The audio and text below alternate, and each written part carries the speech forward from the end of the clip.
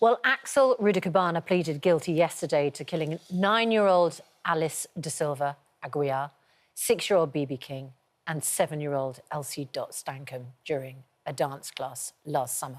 The former Home Office Minister, who is now the Shadow Home Secretary, Chris Philp, joins us this morning. So about 35 minutes until we hear from the Prime Minister, Chris Philp. Do you have any insight yet into what he might say at 8:30 in his live address to the nation? Good morning. Well, I expect he'll talk about the public inquiry that was announced last night. I think that is really important, and we support it, in order to get to the bottom of whether there were opportunities to identify and stop Rudicabana committing these appalling atrocities. As I say, we support the public inquiry to get to the bottom of that. I also think the public inquiry should look at the government response after the terrible atrocities. It's been suggested that there's information the government knew about, which it didn't release, potentially under CPS advice. But we need to look at what they knew and when, whether they should have been more open and transparent. Jonathan Hall, the current reviewer of terrorism legislation, said last October that the government should always be open and transparent, that they should say as much as possible, because otherwise there is a void which misinformation can fill. Jonathan Hall, who's a legal expert, he's a KC, said that there's a lot the government can say to the public in those circumstances. And, of course, we had those terrible riots, for which there was absolutely no excuse. But I think the review should look into, the inquiry should look into whether the government's failure to be more open with the public contributed to the misinformation environment. So I think the review needs to look at the inquiry needs to look at what happened before those atrocities and also what happened afterwards. Well, yes, let's concentrate on the latter. I mean, OK, after the fact, it's widely accepted that more should have been vouchsafed to the public, as it were.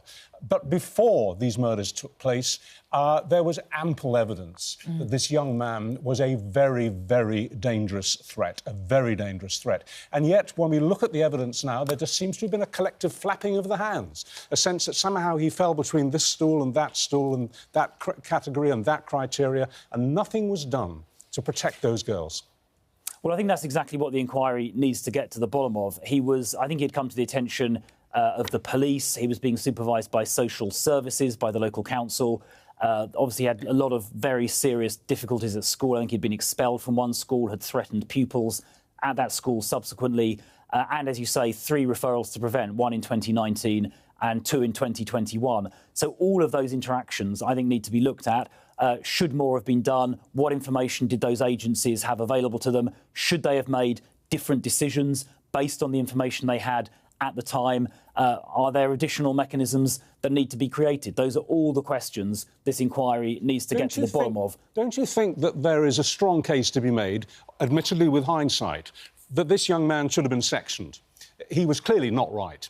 And it was identified that he wasn't actually, technically speaking, a terrorist, although later he was convicted of 2 separate terrorist offences, but that wasn't what was motivating him. He just had a sick obsession with violence and with death. Wasn't that enough to have him sectioned? Well, possibly it would have been. And that, again, is what the inquiry should look at. Obviously, you and I don't have his medical files in front of us. We don't know exactly what information the authorities, different authorities, had available to them. But I would expect and hope that is one of the things that the inquiry will look at. And, and maybe they'll make recommendations about changes that are needed to the Mental Health Act if it needs to be updated. So was it that on the information he should have been sectioned, or is it that the law needs to be updated and changed in some way? That is the sort of question that we need an answer to. But the inquiry does also need to look at what happened afterwards. The government need to come clean about what they knew and when, why they weren't more open with the public, and the inquiry needs to look at whether that lack of transparency, the apparent lack of transparency, in any way contributed to the appalling, unacceptable riots that we saw afterwards. So the inquiry needs to look at both of those things before and after. Nigel Farage says it's a cover-up. Do you agree?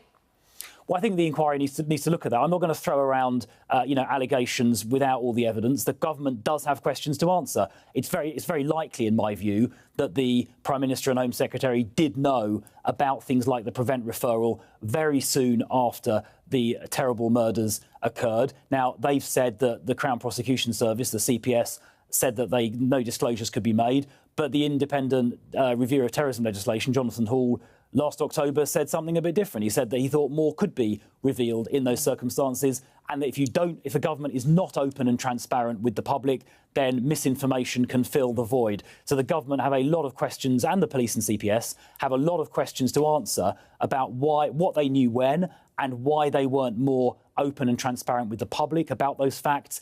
And the inquiry, in my view, should look at whether or not that contributed to the appalling riots that happened subsequently. It's critical the inquiry covers those questions. Right. Chris Philp, as you say, a great many questions to be asked. Thank you very much indeed for your time. There we have to leave it.